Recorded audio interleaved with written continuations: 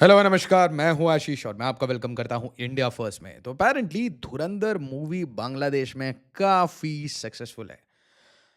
धुरंधर को देख के पायरेटेड वर्जन्स धुरंधर ने क्या किया कि भाई एक बांग्लादेशी मॉडल अपना लिया है। और यहाँ पे एग्जैक्टली क्या हो रहा है कि जितने पॉलिटिशियंस हैं वो इस मूवी से इंस्पिरेशन लेके एक दूसरे को मार रहे हैं। सिंपल सी बात है, बांग्लादेश में अब दबा के पॉलिटिकल वायलेंस होगा, एक दूसरे को मार रहे हैं। उस्मान हादी के बाद ये दूसरी ऐसी घटना है। प्लीज़ कृपया करके हाथ जोड़ के मैं रिक्वेस्ट करूंगा, भारत का नाम इसमें मत डालिएगा, मत डालिएगा, कुछ मत लिखिए। बट बांग्लादेश, पाकिस्तान, चाइना, तुर्की, गोरे, इन सब के स्टेटमेंट्स का वेट करिए, देखिए। अब केयरफुली इस केस को स्टडी करिएगा। कौन हमारा नाम सबसे पहले लेता है, कहाँ से ये अफवाहें उठती हैं, कौन बनाता है ऐसी अफवाहें कि भाई भारत के अननोन मैन होते हैं। नहीं यार, ये सब पॉलिटिशियन आपस में लड़ रहे हैं। तो धुरंधर मॉडल हिट्स बांग्लादेश अगेन। ठीक है ना। मैं आपसे रिक्वेस्ट करूंगा कि भाई मेरा अर्दई चैनल ज्वाइन कर लीजिए ताकि सारी वीडियोस की नोटिफिकेशन मिले। इस वीडियो को ज़्यादा से ज़्यादा लाइक शेयर सब्सक्राइब करिए, पूरी कहानी समझाऊंगा। बट सबसे पहले देखते हैं हसनत अब्दुल्ला, जिसके बारे में मेजर समर्थून ने कहा है कि भाई डायरी में एंट्री भैया इनकी भी हो गई है। एक बार देखिए। যেহেতু তাদেরকে আশ্রয় প্রশ্রয় দিচ্ছেন, কথা স্পষ্ট করে বলে দিতে চাই, ভারতের যারা সেপারেটিস্ট আছে বাংলাদেশে আমরা তাদেরকে আশ্রয় প্রশ্রয় দিয়ে যে সেভেন সিস্টার রয়েছে সেটাকে বাংলাদেশ থেকে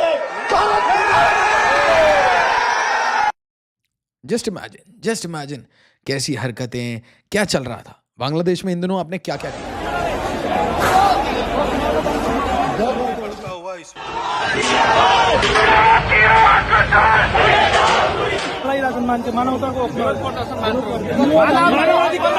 महीने के बाद बांग्लादेश में इलेक्शन है और जो सरकार बैठेगी बांग्लादेश में, over the period of time हमने बहुत क्लियरली देखा कि भाई देखिए, सबसे पहले ये उस्मान हादी को एलिमिनेट कर दिया जाता है। एलिमिनेशन के बाद भाई बहुत सारी पॉलिटिकल रेटरिक आती है, हसनत अब्दुल्ला इसे लीड करता है, वायलेंस होता है, इंडिया के जो वीज़ा एप्लीकेशन सेंटर्स हैं उसके ऊपर हिट होता है, इंडिया से रिलेटेड सारे सिंबल्स पे हिट होता है, फिर हिंदुओं पे हिट होना शुरू होता है।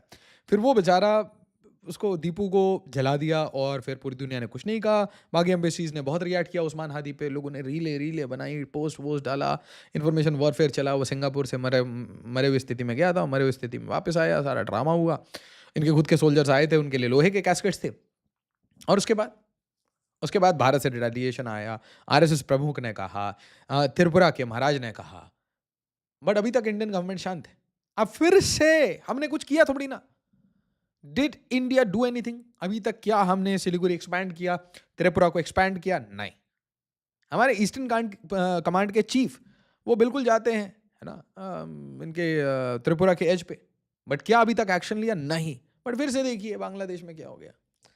तो प्लीज़ मतलब भारत के साथ एस्क्राइब मत करिए। हम तो बेचारे हैं यार, हम कुछ नहीं कहते, इन्हें कुछ नहीं कहते। देखो आप अपने आप ही आपस में एक दूसरे को मार रहे हैं, NCP versus Awami league.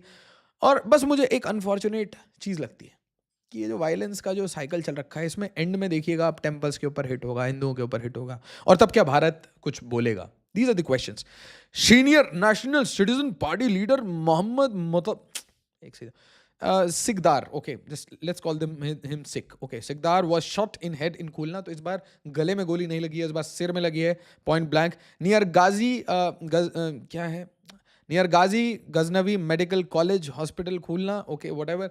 But Khulna का नाम आपने किसी और चीज़ के लिए सुना होगा, मैं आपको बताता हूँ। खुलना में ना कुछ वायलेंस हुआ था इंडिया की वीज़ा रजिस्ट्रेशन ऑफिस के अगेंस्ट, ठीक है। तो ये कहानी बड़ी इंपॉर्टेंट है। फिर rush to Khulna medical college, जहाँ पे भाई सबने बता दिया कि इनको ही इज़ नो मोर, और police probe ongoing. I am waiting for the police statement. क्या बोलती है पुलिस इस बार? किसको ब्लेम करती है? अवामी लीग को। शेख हसीना करा रही है सब कुछ, दिल्ली से बैठ के दिल्ली वाले सारे लोगों को हमारे हैंड ओवर कर दो। एक मैंने बांग्लादेशी न्यूज़ सुना, 10,000 नहीं 20,000 शेख हसीना के वर्कर्स वो भारत में घुस के और उसको दिल्ली में छुपा रखा है। बताओ यार भाई घर में काम वाली आती हैं बांग्लादेशी, ठीक है, और जो हमें नारियल पानी देता है ना वो बांग्लादेशी, और कबाड़ी उठाता है वो है बांग्लादेशी। भाई कोई पॉलिटिकल वर्कर्स तुम्हारे नहीं, बहुत हैं पॉलिटिकल वर्कर्स यहाँ पे, ठीक है। तो 42 ईयर्स का एज था। आज ये काम क्या कर रहा था? ये मोबिलाइज कर रहा था लेबर ग्रुप्स को, गरीबों को मोबिलाइज करता था। और अपेरेंटली ये एक प्रोमिनेंट लीडर बन रहा था उस्मान हादी के बाद, ठीक है। और इसको एलिमिनेट कर दिया गया। और ये बहुत बड़ा क्रिटिक है इंडिया का, बहुत बड़ा क्रिटिक है शेख हसीना का। अभी जो ट्विटर की ऑडियंस है वो अभी इसका वीडियो निकाल के वायरल करेगी, आप देखिएगा। India shuts down visa application centre in Bangladesh, Khulna Rajshahi due to protest.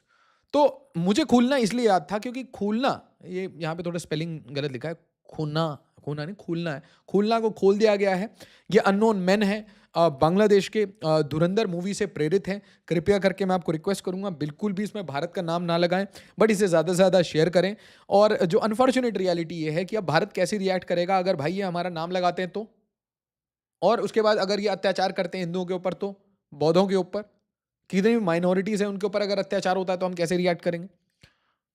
And most importantly, क्या ये सारा ड्रामा मोहम्मद यूनुस कर रहा है क्योंकि भाई उसको पावर में रहना है, इलेक्शन को पोस्टपोन करना है, तो वो वायलेंस को बढ़ा रहा है, या फिर अंदर से सारी पॉलिटिकल पार्टी के वर्कर्स में लड़ाई है कि कौन ऊपर जाएगा।